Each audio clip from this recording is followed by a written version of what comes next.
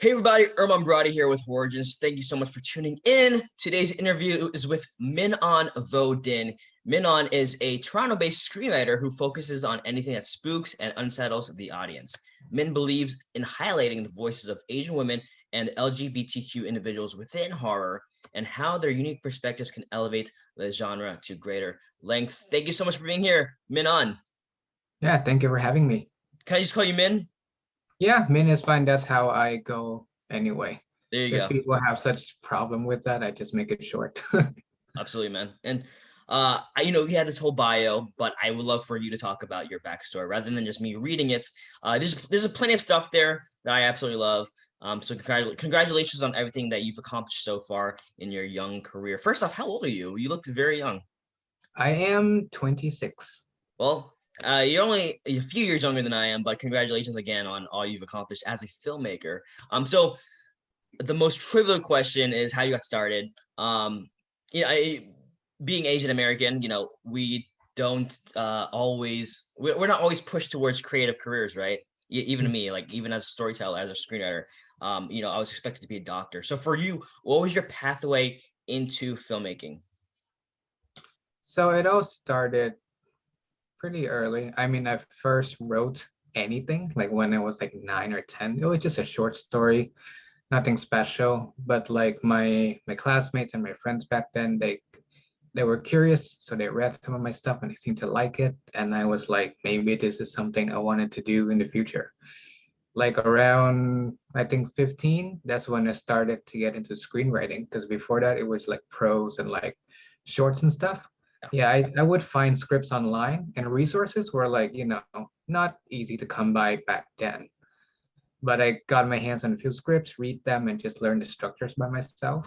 Then I just wrote stuff here and there, mostly for my eyes only, because no one else read them at the time. I was in Vietnam, so I wrote all of this in English as like my way to practice the language as well.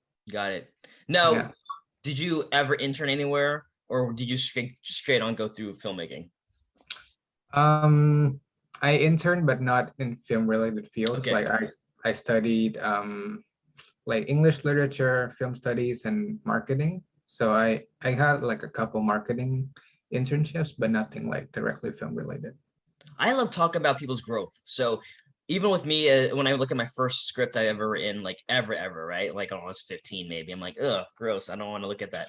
So what was your first thing, and how do you look at it nowadays, seeing where you are now as a storyteller? My first script was a slasher, a subgenre that I really love. So I wrote a lot of slashers starting out because they were like pretty easy with the structure. Because yeah. Body count movies, yeah, someone dies, and right. Yeah. Yeah. But I've definitely grown a lot as a storyteller.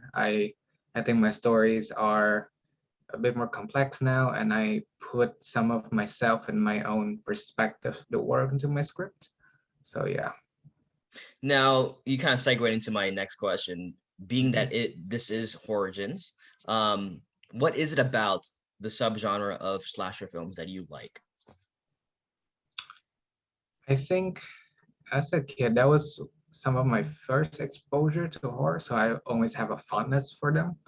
Like my aunt, she used to watch those movies. I didn't know the names at the time, but now I know. She was watching Friday the 13th and like the Nightmare on Elm Street movies. I was like 6, so I think I was too young to be watching those. But yeah, since they were my first glimpse into the genre, that's why I was more drawn to them. I like the idea of like survival against like this unstoppable force trying to kill you and with one last person standing. Yeah. So awesome, man. I want to read something from your bio that I love. It says your scripts are character driven and explore psychological themes and social issues while using horror and other genre components to accentuate the story.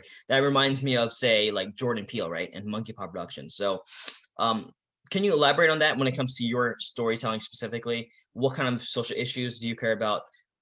Like what elements of horror do you utilize to tell those stories? well, my scripts are very Asian centric, so I want to talk about like issues that are unique to the Asian descent and diaspora. It is not always about like I know like racism or whatever when we think of social issues. I want to touch more of the nuances like family dynamics, stigma around like I don't know mental health or like queerness within the community and how they can be explored under like supernatural horror, Yeah. psychological horror and stuff like that. Okay. Very good. I actually that's kind of where I want to be as a storyteller as well. So I'm glad that you as a fellow Asian American explore that already as a filmmaker. And you've actually had quite a number of accolades with different contests. Talk about that. Yeah, so it started, I think my first placement was a semi-finalist for the Screencraft Horror Competition back in 2019. That was my first taste of like, I don't know, quote unquote, success or whatever. Yeah. Yeah, like because before that I was just writing and I figure, well, how can I get stuff out there? And contests seemed to be the way to go at the time. So that's what I did. That's when I started, and it helped me feel more confident about my ability as a writer. Like, hey, someone like my stuff, and then I would submit to contests here and there, get eyes on my stuff, and yeah, making a few finalist rounds. It's pretty cool. So you seem to find a comfortability in horror. Are there any other genres that you love exploring? I really love.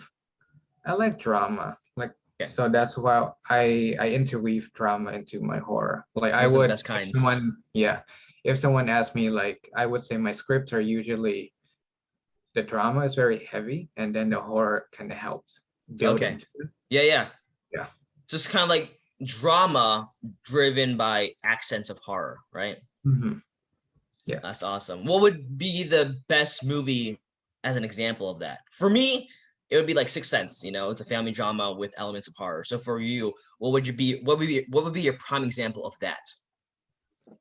That would be A Tale of Two Sisters, a Okay. Korean horror movie Yeah. from 2003. Yeah. Yeah. That's awesome, I man. love that one. It's one of my favorite of all time. I have to ask because I love horror, not just as a film lover, but you know, if it happens in real life, then it's something to utilize in your scripts. So, have you ever experienced anything paranormal, anything scary whatsoever? What would be that story to tell if someone asked you, like, if you ever experienced something super crazy Something super crazy, or paranormal. scary? Yeah, yeah, Scary. I think the scariest thing that ever happened to me was I was on a ferry with my grandma when I was young, and that thing almost sank because the waves were so strong it knocked into the windows. It was yeah. like a small ferry boat. So yeah, so like, it was actually sinking for a little bit. But Wow. yeah, I had my own little Titanic situation, but things got taken care of and I was fine. Yeah. So yeah, at the moment it was the confusion, the chaos, and the slight claustrophobia being stuck in a contained place with a bunch of people. So Mm, that could be something I would translate into a there you script. go. I want some credit there. Okay, I'm kidding. Yeah. But what are you working on now? Anything that you've been working on during COVID? You know, it was a crazy year for all of us. So in 2020, how did you utilize, I guess, downtime to work on content or develop content? So yeah, during 2020, I spent a lot of time rewriting a couple scripts I had and writing some new stuff. So last year I wrote a pilot and three feature scripts. One is good enough to be shared. The other two, they're like a big work in progress. And I also co-queried a lot. So that's how I found my manager who I signed with this year. Mhm. So that was my 2020. There you go. Yeah. And what do you look forward to most in 2021? 21. Oh, I don't know. Growing as a writer, Mhm. hopefully getting paid for writing at some point. Doesn't have to be like, getting produced. That would be the dream. But yeah, I would like to start making a living as a writer. As a 26-year-old filmmaker and writer, who is a little bit under his belt, what advice would you give to someone maybe 10 years younger than you? Oof. I think I would say, I guess be eager to learn. Like, don't be afraid to like make mistakes. If you have an idea, write it down. Don't just keep it in your head. Yeah. Because having something written is better than nothing at all. So that's why Right. a lot of people who say they want to be screenwriters, they don't take the necessary step, which is to write. So I think that's what I would tell them. And yeah, make use of resources. Google, whatever. Things are so easier now. You can access to scripts online and like filmmakers and screenwriters on social media or Twitter, ask them questions. But be courteous, don't harass them, obviously. Yeah. So yeah, just make use of your surroundings. What would be your best networking advice that you can give somebody? My best networking advice is be genuine. Yeah. Like when you approach someone, think of it as making a new friend. Don't Yeah. come to someone and think, oh, I hope you get my stuff made or whatever. Yeah. Yeah, because I think people can sniff that a mile away. Like be patient, it'll take time. Like if you all grow together, you'll help each other out along the way, something like that. I've made a lot of connections on Twitter that way, and yeah, people who helped me, and I try to help people as much as I can, given my status. But yeah. Absolutely, man. I 100% agree with you there. And before we go, my last question for you is, what would be your artist message, not just as an Asian American filmmaker, but maybe just as a filmmaker in general? What would be that message that you want to give to the world? I think the message would be follow your own voice. Don't worry about what sells, what's marketable. Just do you, and people will be drawn to your authenticity and uniqueness. That's what's most important. Absolutely. I love that. I love that. Short and sweet, but very spot on and perfect. Thank you so much for that, Min. Before we go, where can folks find you on social media? Do you have an official page you want to share, like official film page you want to share, or do you have just general social media you want to share? Yeah, I do not have a film page. I should probably have that done sometimes. But you can find me on Twitter at Maverick_Vo, or on Instagram at MAVVYDEE, MaviD. So those are my main ones. There you go. My man, thank you so much, Min, for your time.